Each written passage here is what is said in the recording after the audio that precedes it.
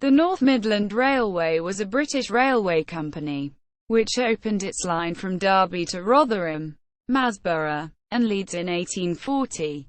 At Derby it connected with the Birmingham and Derby Junction Railway and the Midland Counties Railway at what became known as the Tri Junct Station. In 1844, the three companies merged to form the Midland Railway.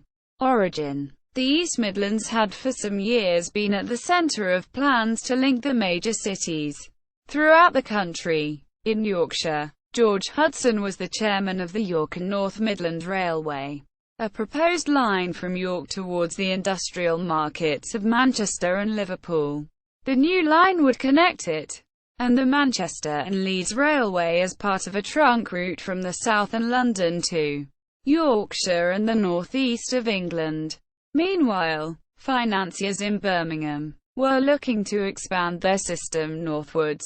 George Carglin was the first chairman of the new company, with George Stephenson appointed as engineer.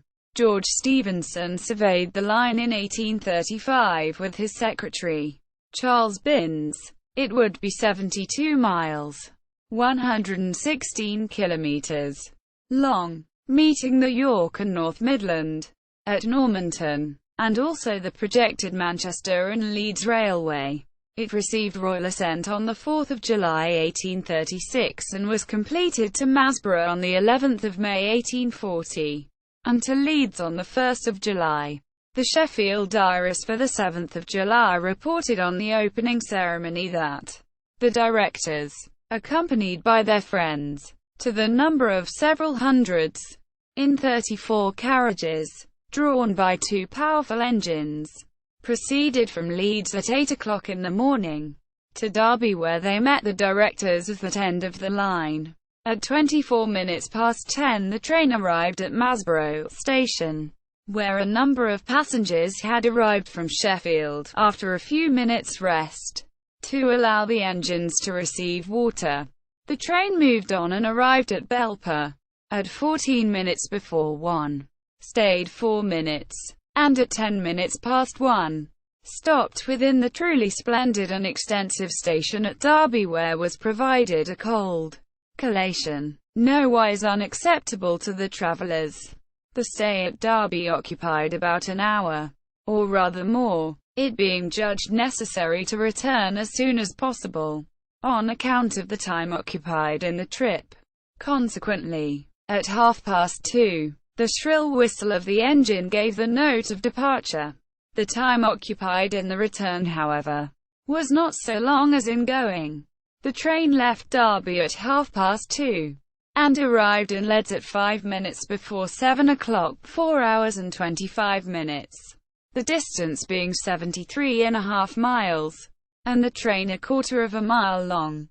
Construction: Stephenson decided the line would follow the river valleys from Derby to Leeds, with minimal gradients and large radii curves. It therefore bypassed Sheffield, but met the Sheffield and Rotherham Railway at Masbrough. His method of working was to follow river valleys as far as possible, with branches into major towns along the way. The Sheffield people, in lobbying for the line to enter their city, engaged Joseph Locke, who believed lines should pass through towns, proceeding along hills, if necessary, with bridges, embankments and cuttings. These were the two opposing schools of thought at the time, and, in this case, Stephenson had his way. An additional advantage was that his customers would, in most cases, be transporting their goods downhill from the mines and quarries to the railhead.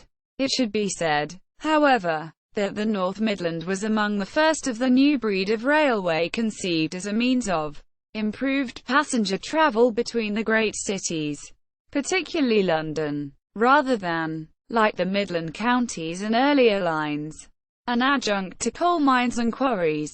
Indeed, the rise in the coal trade, which was to become so important to the railways, had barely begun, and, even a few years later, directors of the Midland Railway were questioning whether the revenue made it a worthwhile market to pursue. In 1870 the Midland Railway opened a diversion through Dronfield and Sheffield, which became known to railwaymen as the New Road, as opposed to the Old Road.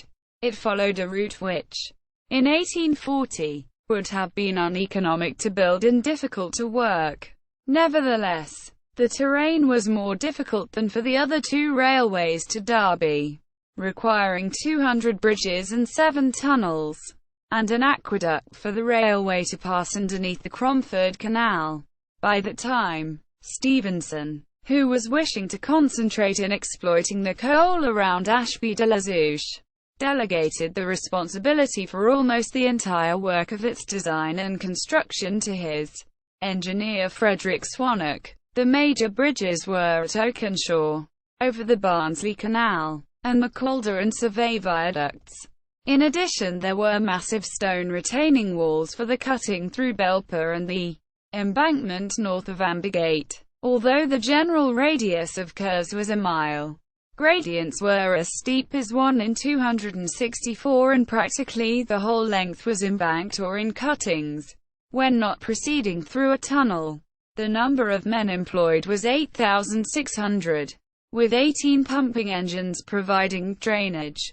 It was tough work and a number of lives were lost, particularly in the boring of the Claycross Tunnel. It must be said, however, that some of them were due to carelessness with blasting powder. The track was 4 foot 8.5-inch gauge, either single or double parallel. See rail track. The former 56 pounds per yard, 28 kilograms per meter. The latter 65 pounds, YD, 32 kilograms per meter. A mixture of stone blocks and timber sleepers were used. Not all the stations shown above were open at the beginning. The original intermediate stations were Belper, Ambigate, Wingfield, Chesterfield, Eckington, Bayton, Masbrough, Swinton, Darfield, Barnsley, Oakenshaw, Normanton and Woodlesford. All were designed by Francis Thompson. Although praising their design, Winshaw was somewhat critical. We cannot but deplore the growing evil of expending large sums of money on railway appendages, instead of cottage buildings, which, for the traffic of most of the intermediate stopping places on this line, would have been amply sufficient. We find the railway literally ornamented with so many beautiful villas, any one of which would grace the sloping lawn of some domain by nature highly favored. Trains in those days, of course, had no toilets, so passengers had to use facilities at the stations while the train paused. On the North Midland at Wingfield and elsewhere, they were built under the engine house, with its water column, by which they could be flushed. Winshaw commented that it was a much better arrangement than in common use on other main lines. However, he added, the doorways are in so exposed a situation as naturally to shock the female portion of travellers, who, while the trains are stopping, cannot fail to observe the constant bustle about these buildings. History. From the start, there was intense competition between the Birmingham and Derby Junction Railway and the Midland Counties Railway for traffic into London. Though this did not directly affect the North Midland, it had financial problems of its own. With so many earthworks, it had been extremely expensive to build, and its station and other buildings were arguably extravagant. Moreover, by the time it opened, the country had entered an economic depression. In the first 2 years, dividends were as low as 3.5%, compared with 10% for the London and Birmingham. Economies were put in place, but in 1842 the dividend was a mere 1%, and the Lancashire and Yorkshire shareholders called for a committee of inquiry. This included George Hudson, and after a tour of the complete network, he insisted on drastic measures against the wishes of the Derby directors. Hudson and the others insisted on halving expenditure. At a meeting in Leeds, the shareholders had their way. Moreover, 6 of them, including Hudson, forced their way onto the board. One of their first acts was to close Bayton, Kilmarsh and Kilnhurst stations from the 1st of January 1843. Boys, instead of men, would work points at junctions. Services were reduced and fares raised, and a number of carriages were sold. A quarter of the footplate staff were sacked. The remainder protested and were sacked as well. On Christmas Eve, and without pay in lieu of notice, he employed in the place enginemen he described as skilled replacements, who included in their number a plate layer, a fireman, a stonemason. 2 had been sacked for drunkenness and 1 who had been sacked for overturning a train of wagons. The result was chaos, with trains running late or erratically, and the remainder of the workforce demoralized. Finally, a luggage train, with an elderly driver of only 3 weeks' experience, collided with the rear of a stationary train at Cudworth in fog on 12 January 1843. The inquest sent the 24-year-old driver, Edward Jenkins, to the York Assizes for trial and criticised the cutbacks, and there was wide publicity about the trial of the driver for manslaughter. The jury at the York Assizes acquitted Jenkins and censured the directors. Meanwhile, the Board of Trade was also extremely critical, and the directors made somewhat grudging improvements to working practices. Meanwhile, the situation between the Birmingham and Derby and the Midland counties was becoming steadily worse. Hudson's first approach was to the Midland counties in 1843. He then negotiated a secret amalgamation with the Birmingham and Derby, which would remove all the Midland counties trade and, in August, returned to the latter with an ultimatum. Finally, in September, its shareholders overruled their chairman and the triple merger was agreed. The Midland Railway Consolidation Bill was placed before Parliament and was passed in 1844, and from May of that year the Midland Railway came into being. Accidents and incidents.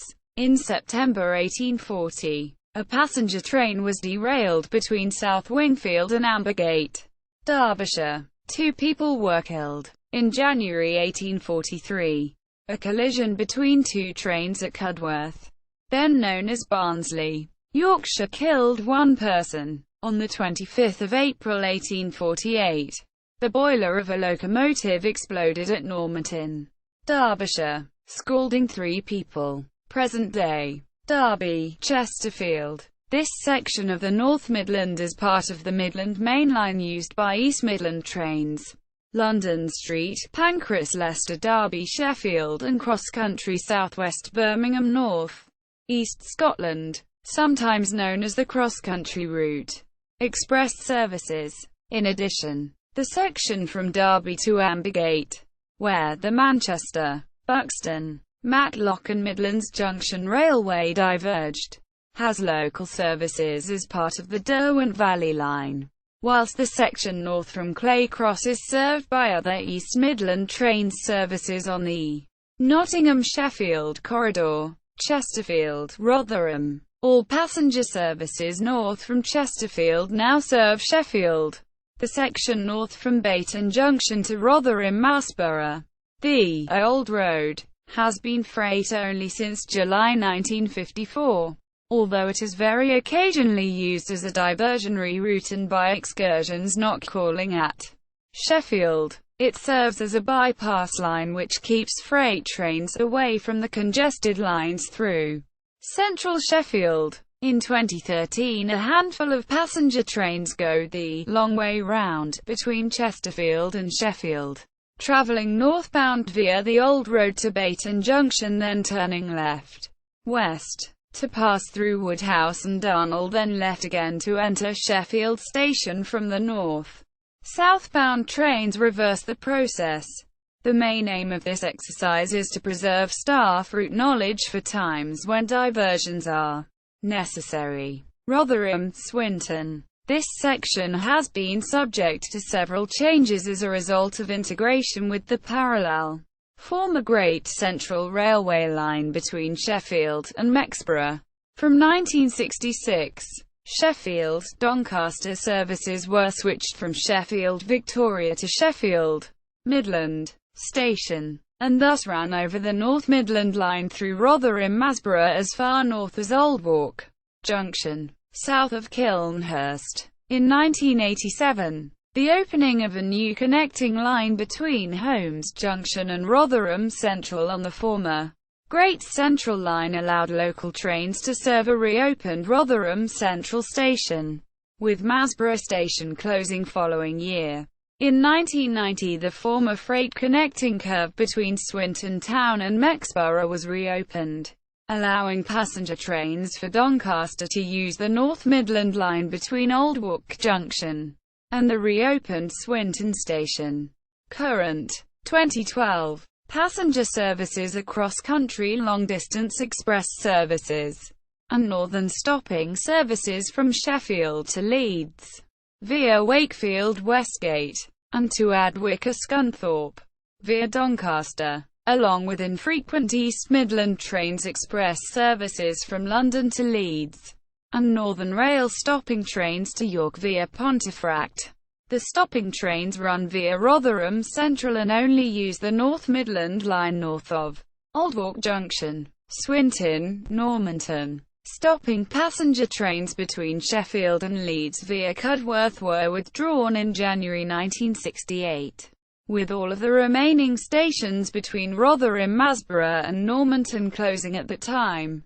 The section between Swinton, Wathrow Junction and Cudworth had been plagued by mining subsidence for years, and so in October 1968 the decision was taken for safety reasons to divert all remaining passenger traffic onto the Swinton and Nottingham Railway via Moorthorpe, and thence Wakefield Westgate. This entailed the closure to passengers of the complete section from Swinton, Wathrow Junction, to Normanton, Goose Hill Junction, although it was still heavily used by freight. By May 1972, however, the Swinton and Nottingham line was experiencing subsidence of its own, resulting in the reopening of the North Midland section to passengers. The early 1980s saw the Swinton and Nottingham line back in favour, and finally in 1988 this section of the North Midland section was closed to all through traffic, including freight. Today the section from Swinton, Wathrow Junction, to Cudworth North Junction has been lifted. The entire length of well over a mile between Wathrow Junction and the site of Wath North Station itself has been eradicated by a large new area of light industry and commerce called Brookfield Park, one of the largest developments of its kind in the country and part of the Dearne Valley Enterprise Zone. Much of this area being the former site of Manvers Main Colliery and several others, while about 3/4 of a mile of the route north of Darfield is now a road.